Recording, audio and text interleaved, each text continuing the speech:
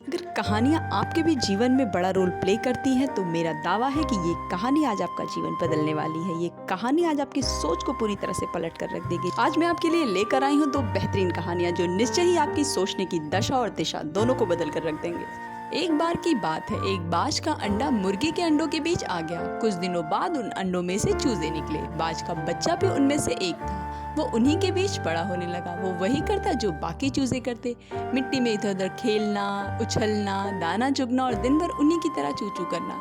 बाकी चूजों की तरह वो भी बस थोड़ा सा ही ऊपर उड़ पाता था और पंख फड़फड़ाते हुए नीचे आ जाता। फिर एक दिन उसने एक बाज को खुले आकाश में उड़ते हुए देखा। बाज बड़े शान से बेधड़क उड़ रहा था। तब उसने बाकी चूजों से पूछा, इतनी ऊंचाई पर उड़ने वाला ये शानदार पक्षी कौन है? तब चूजों ने कहा, अरे वो बाज है, पक्षियों का राजा। वो बहुत ही ताकतवर है, बहुत विशाल है, लेकिन तुम उसकी तरह नहीं उड़ सकते क्योंकि तुम एक चूजे हो। बाज के बच्चे ने इसे सच मान लिया और कभी वैसा बनने की कोशिश नहीं की। वो जिंदगी भर चूजों की तरह ही रहा और एक दिन बिना अपनी असली ताकत पहचाने मर गया। दोस्तों, हम में से बहुत से लोग उस बाज की तरह ही अपना असली पोटेंशियल जाने बिना एक सेकंड क्लास जिंदगी जीते रहते हैं। दोस्तों, आज ये कहानी हमें यही सिखाती है कि हमें एक चूजे की तरह अपनी जिंदगी नहीं बितानी है। अपने आप पर, अपनी काबिलियत पर भरोसा कीजिए। आप चाहे जहां हो, जिस परिवेश में हो, अपनी क्षमताओं को पहचानिए और आकाश की ऊंचाइयों पर उड़कर दिखाइए, क्योंकि यही आपकी वास्तविकता है। हो सकता है कि आपके आसपास भी ऐसे ढेर सारे चूजे हो जो आपको समय समय पर ये बताते रहते हो कि आप ये नहीं कर सकते, आप वो नहीं कर सकते। तो ऊंचा उड़ने के लिए इस तरह के चूजों को इग्नोर करना बहुत ज्यादा जरूरी है। कहते हैं, सपना आप एक देखोगे, मुश्किलें हजार आएंगी, लेकिन वो मंजर भी बड़ा खूबसूरत होगा जब कामयाबी शोर मचाएगी। तो अपना पोटेंशियल पहचानिए और रास्ते में आने वाली हर बाधाओं को दिखा दीजिए कि उनकी औकात क्या है। ये दूसरी कहानी भी आज हमारे ढेर सारे प्रश्नों के उत्तर देके जाएगी। उम्मीद यही करती हूँ कि ये कहानी भी आपको बहुत पसंद आने वाली है। एक प्रोफेसर ने अपने हाथ में पानी से भरा एक ग्लास पकड़ते हुए क्लास शुरू की।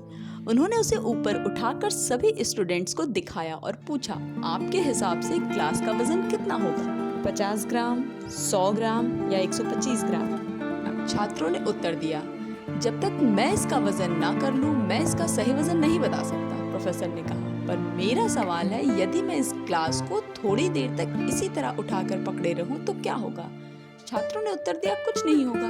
प्रोफेसर ने फिर पूछा, अगर मैं इस ग्लास को 1 घंटे तक पकड़कर खड़ा रहूं तो फिर क्या होगा?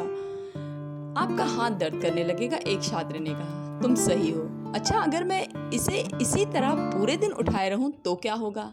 आपका हाथ सुन्न हो सकता है, आपके मसल्स में भारी तनाव आ सकता है, लकवा मार सकता है और पक्का आपको हॉस्पिटल जाना पड़ सकता है, किसी छात्र ने कहा और बाकी सब हंस पड़े। बहुत अच्छा, पर क्या इस दौरान ग्लास का वजन बदला?